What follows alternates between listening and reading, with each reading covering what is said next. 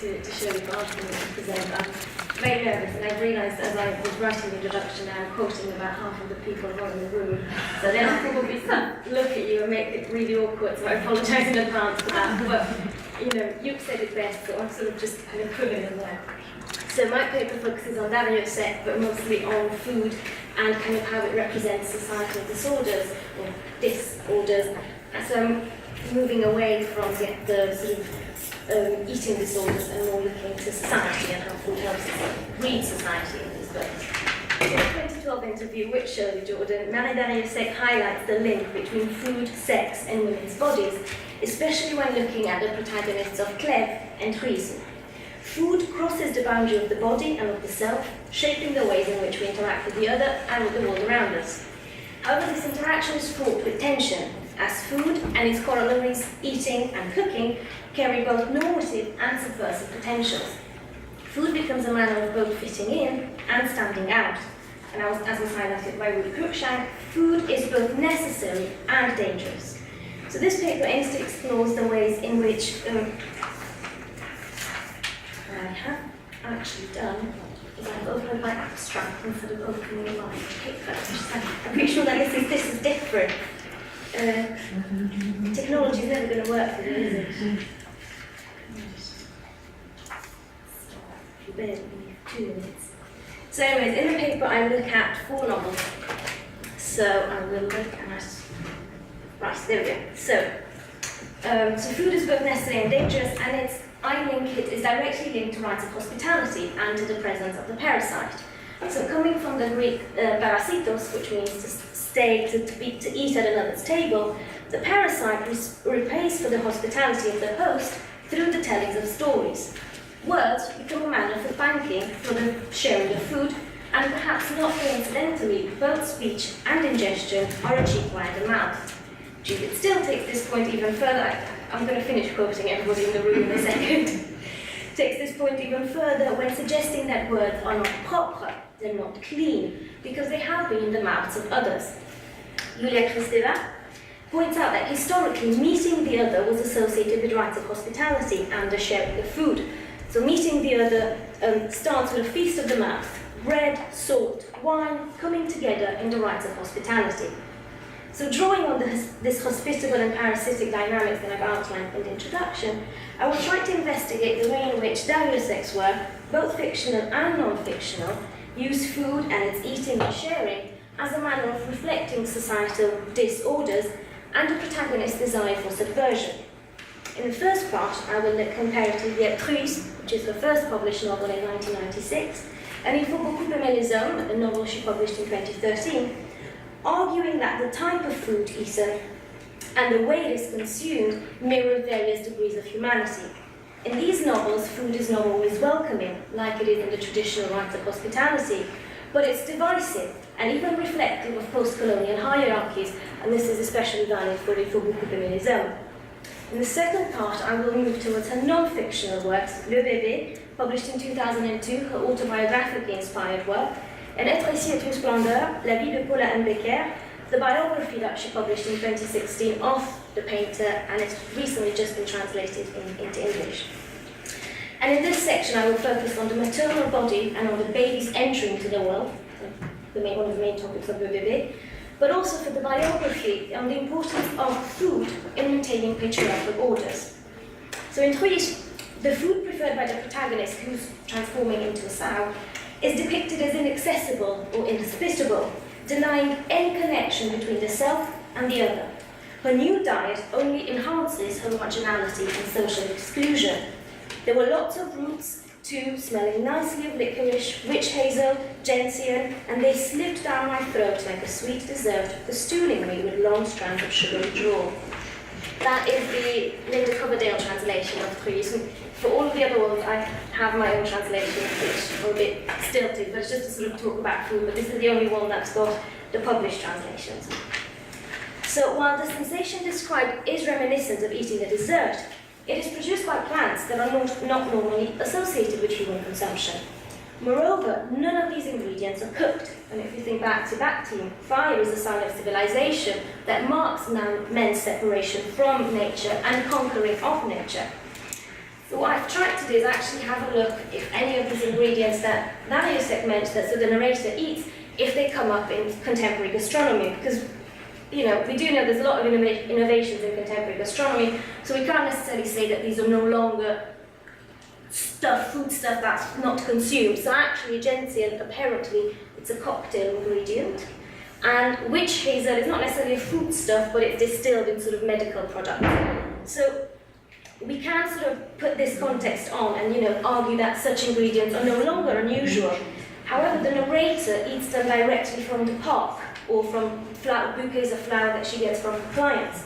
So it's the plants that she eats, their place of origin, so where they come from, the fact that they're in a raw state, and very often the narrator is shown to eat raw potatoes, and the fact that sometimes she eats on all fours, these all contribute to her marginalization from society. Later in the text, it is the type and the quantity of food that it's consumed that's actually used to highlight the absurdity of the political system, as Edgar was a sort of political leader at that point, very much mirroring the figure of Jean-Marie Le Pen. His parties are excessively extravagant and without any connection to social realities. There's hunks of roast venison, slices of giraffe, whole jars of caviar, maple sugar candies, exotic African fruits, and truffles, especially truffles. The narrator really likes truffles and she's transforming into a sow. So this amplified appetite portrays the humans as a pack of famished animals, while the narrator in sow form is witnessing their bestiality from the margin. Her behavior becomes more human than that of the people present, despite the fact that she's actually in animal form and the humans are still very much in their human form. Now, I believe that this New Year's Eve party in Truisse finds echoes with the Christmas party that's presented in Il faut beaucoup aimer les hommes, despite the fact that the novels are almost 20 years apart. And this is a representation of what I call intra-oeuvre intertextuality, so intertextuality within the oeuvre of the same author. And this is where my own translations come, so they're not as good. It's a very long quotation sort of describing the arrival of the characters to Jesse's party. But as he's inviting them in, they get little bowls full of snow adorned with dwarf lumberjacks. The dwarves are made out of chocolate and the snow was meant to be snorted. And then you see sort of the image of Jesse's girlfriend who's wearing a grey faux bra, bunny-style mini shorts, Timberland boots, a leather muzzle with reins that Jessie was snapping on her bare back for laughs, and the most disturbing thing were the sort of golden antlers, and it's one of the prizes that Jessie got. They all work in cinema, they all work in Hollywood business in cinema. And it's one of the film prizes that he got that then becomes her headgear, and she's disguised as a reindeer. Jessie explained with an obvious tone he pretended to ride her. So the symbols of Christmas celebrations are reappropriated, marking the eccentricities of the show business world. People deliberately take on animal characteristics, significantly diminishing their own humanity. Les nains au chocolat, so the dwarves, the chocolate dwarves, and la poudreuse, the snow, offered on arrival, are an attempt to imitate the hospitality rites that Kristeva was talking about, but actually they're significantly different from the bread and wine that are meant to satisfy hunger and quench thirst. They further highlight the unconventionalities of the entertainment industry and the need to escape reality via the use of drugs. The characters actually effect a double escape from reality. First, through their cinematic work, and secondly, through their consumption of drugs and alcohol. So if you open up the space of food to include drugs and alcohol, we see that food is no longer used to create lasting memories like we would around a table sharing stories and memories and celebrations, but actually food is used to forget. Even when using food to integrate the host culture, culinary choices can highlight dichotomies and separations rather than mixing and syncretism. So the narrator and her boyfriend, Hueso, who's originally from Cameroon, they go to Paris and they take a taxi and have dinner at Terminus Nord. She would have liked to take him to the Goutte d'Or, but he wasn't in the mood for African neighborhoods, nor did he care for this exoticism. Neither ndole nor peanut chicken. He wanted foie gras and fig jam, oysters, snailed, a grilled sole, and cuit frisé. So when in Paris, Hueso does not want to engage with diasporic African communities and traditions. La Goutte d'Or, that picture up there. Now, Goudon is a neighbourhood that's known for its North African and Sub-Saharan communities, while Terminus Nord, here at the bottom, is a 1920s Art Nouveau and Art Deco brasserie in Paris. So his culinary choices startlingly mark this split between the two backgrounds, the two traditions. So instead of welcoming the other, food actually builds a hierarchy of tastes and origins, further marginalizing the other. Food becomes divisive rather than welcoming. This non-integrative character of food is clearly visible when the characters are in Cameroon, so they go to Cameroon to film a film that they're working on. And the two production teams, the Franco-American production team, or the white team, and the local one, they have two different sets of supplies, two types of food. So 50 kilos of rice, a bag of salt, and a big bag of yams. That's 2 days' worth of food for the local team, plus 20 packs of mineral water for the so-called white team. So the stuff that's necessary for the white team, it needs to be kept sealed and safe. There's no contamination allowed, despite the fact that it's very heavy to transport this food. Like, they have to take it from one place to another, and it takes about 4 hours. And it's a very, very, very onerous process to transport it. But the food and the water designed that's meant for the white team, we see that it's meant to be sealed, and there's meant to be no contamination of it. Food is not always this divisive, even in this novel, especially when Solange, the main character and the narrator, is shown willing to share her meals with the locals. On her first night in Cameroon, there is a reversal of traditional hospitality rights. She is the guest, so while she is the guest in Cameroon, she actually is the one buying the entirety of the food. So she pays for a massive basket of fish, and she buys all the available papayas as a dessert. So Solange would be the representation of the parasite, because she's eating at another's table. However, she's also becoming the host because she's providing the food, but she's becoming a host in a place that she's completely unfamiliar with. The place that she's a host in, it's completely strange to her. So this change in location is also reflected in table manners, as she needs to improvise a plate. She has to use a plastic bag, we can't give her a plate, and actually searching for a fork becomes much more adventurous than she initially thought, and she's the only one that's using a fork at this meal. The fact that Solange pays for all the food is still a reflection of her status as former colonizer, since the village she arrives in is shown to be unable to provide for her needs, i.e. food and cutlery. She needs to use her money to compensate for this lack. This is further exacerbated by Solange's constant need, at least at the beginning of her trip, to disinfect her hands with antiseptic gel. And in this scene, she's sort of thinking about it, and she doesn't want to offend the people around her. She says, I really need to disinfect my hands, but I can't do it. And this whole idea of disinfecting one's hands comes up over and over again in the work. So she's both guest and host, disturbing traditional hospitality rights that I've outlined in the introduction. These rights are further altered when it comes to sharing stories. So as a guest, Solange would typically reduce her otherness by sharing the story, so by extrapolation, she becomes less other, she becomes less dangerous than initially thought.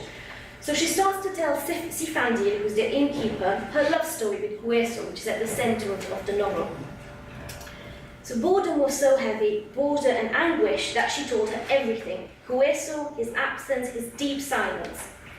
To all this, Sifandil replied that the pot should not fear the fire. Now that's meant to be an African proverb. Obviously I have translated it word by word. It sounds much better in French. Les fesses de la marmite ne craignent pas le feu. It does sound much better, but and the proverbs that follow, there are direct translations, the word by word ones. So what Sifandil is doing, she's now an attentive recipient of Solange's story, because her answers, most of her answers are mostly truisms or proverbs, and they could apply to almost any situation. So whatever story she could have heard, she could have given these answers. For example, in short, the morning fog does not hinder the traveller, nothing is impossible to a brave heart, she wanted him, she just had to put the work in it. So any situation she would have been presented with, she could have probably used these proverbs. So while Solange does share his story, its reception is not meaningful, which leaves the guest-parasite dynamic largely unchanged. If at the beginning there's a danger and an otherness that's meant to kind of be attenuated by storytelling, in this case it's not, because the storytelling is not meaningfully received. Now this lack of meaningful reception or meaningful listening actually contrasts with Sifandil's job, because she's meant to be an innkeeper in this village. So innkeeper are traditionally known to be repositories of worldly knowledge, and they're there to help lost travellers. However, that's not what's happening with Sifandil. So there's an inability between her and Solange to relate to each other, despite the fact that they share food, they share stories, which in traditional models should pave the way towards hospitality. So actually their encounter could be a reflection of the colonial and post-colonial relationship between France and Cameroon. This underlying hierarchy is diminished the more time Solange spends in Cameroon, and the more time she spends with the local production team. For example, they all share a meal, and there's about 50 of them, and they decide to cook a pangolin, and that's caught by one of them. I've got a picture of it. In French it's a pangolin, and I had to look up the translation and the pronunciation of it in English, so it's much better when you look at a picture. It's quite impressive. So one of the members of the team actually holds this down, and this time around Solange doesn't pay for the animal, she doesn't pay for the food, and it's Patricien, a member of the local team, who decides to buy it to mark his wife's birthday. So the pangolin is a completely new image for Solange. She says Solange was familiar with moles, even with the very large ones from her mother's garden, but she had never seen anything like this before.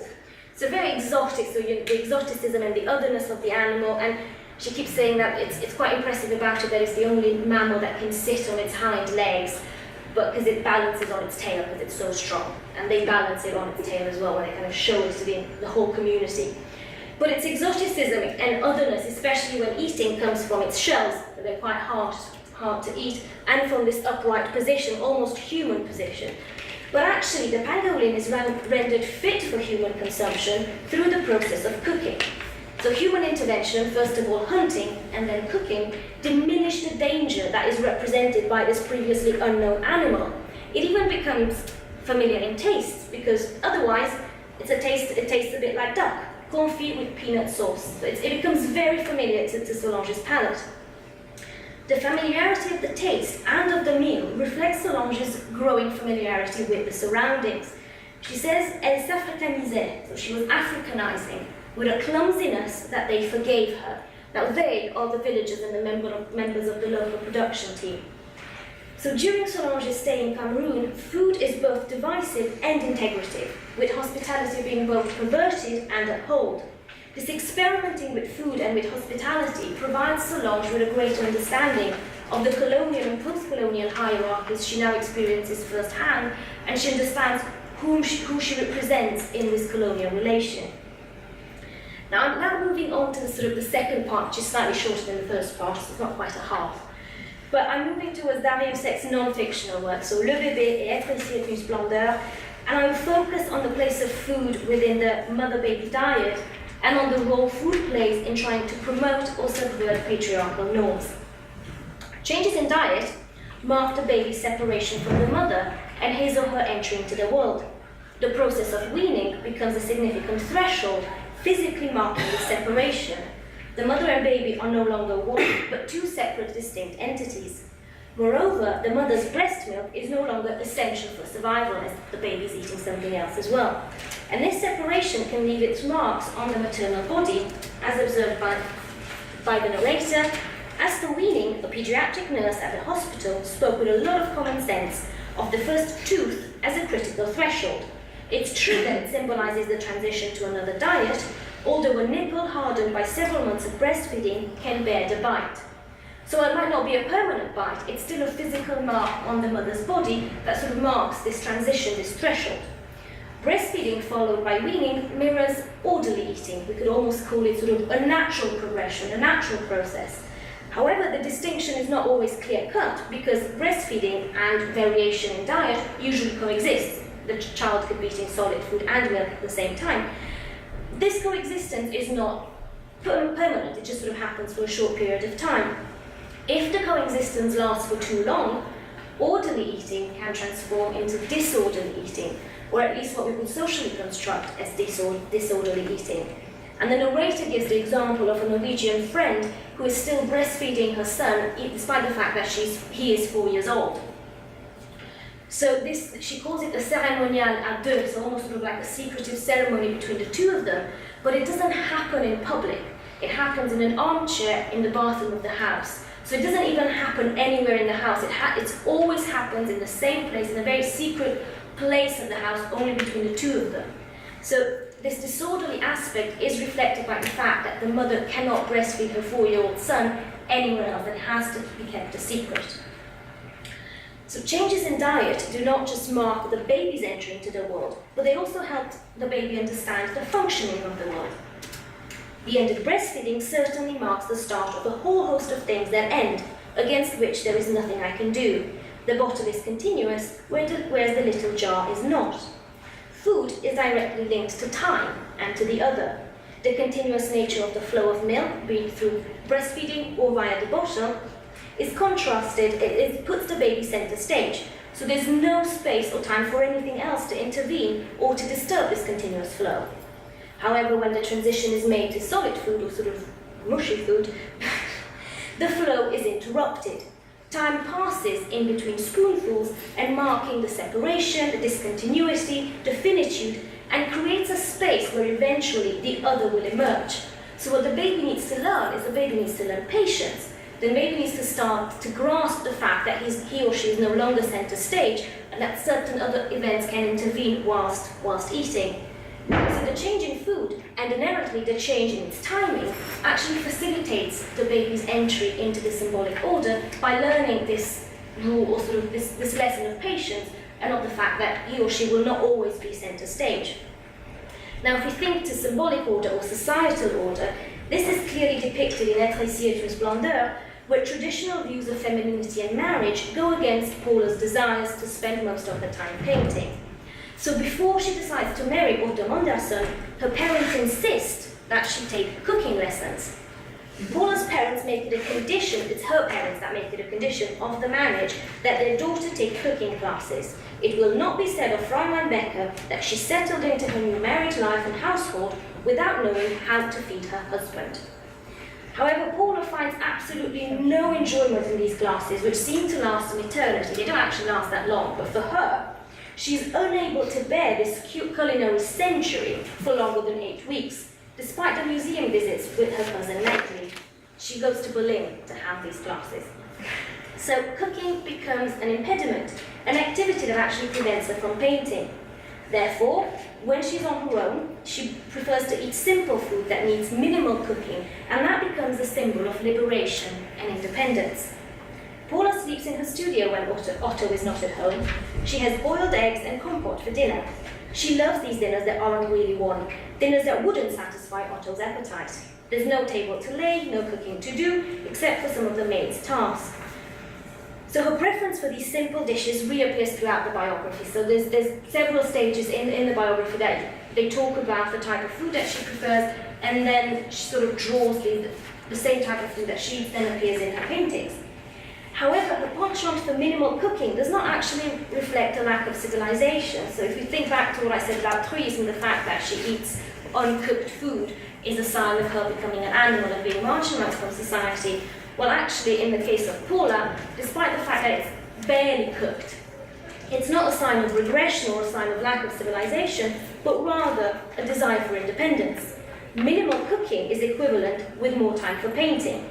By refusing to apply the knowledge acquired during the cooking classes to her daily routine, Paula attempts to assert herself as a woman, and most importantly, to assert herself as a woman painter. Minimal cooking is not a regression, but rather a liberation, a manner of rebelling against patriarchal norms and of asserting the creative self. Now, in this biography, food is also used very cleverly to differentiate between France and Germany, because Paula is originally from Germany and she goes to Paris to kind of become a better artist and really enjoy spending time in the exhibitions, but there's lots of passages where she's unable to find some of her favourite German food in France. So there's a contrast between French food and German food throughout the biography. It's just that, as that wasn't necessarily the scope of this paper, I thought I'll mention it, but I wouldn't go in depth in it. So throughout the paper, I tried to prove that food goes beyond the body, into body politic, and ultimately into politics and various power plays, by being simultaneously welcoming and dangerous, prescriptive and subversive, orderly and disorderly. three elements became important in my preceding analysis. The type of food that is eaten, be it raw or cooked, be it associated with human consumption or not, exotic food like the pangolin, the way it is eaten, at a table, on all fours, with improvised cutleries or in huge quantities, and the extent to which the rights of hospitality are respected during the sharing of food. So, for example, is food accompanied by meaningful conversation? The intersection of these three elements allowed us to see food not just as a sensorial element of reading, but as a reflection of societal realities. For example, the marginalization of the different, post-colonial hierarchies, the baby's entrance into the world, or patriarchal norms. So actually what I hope that I managed to argue is that reading food actually becomes an effective way of reading societal disorders and orders. Thank you very much.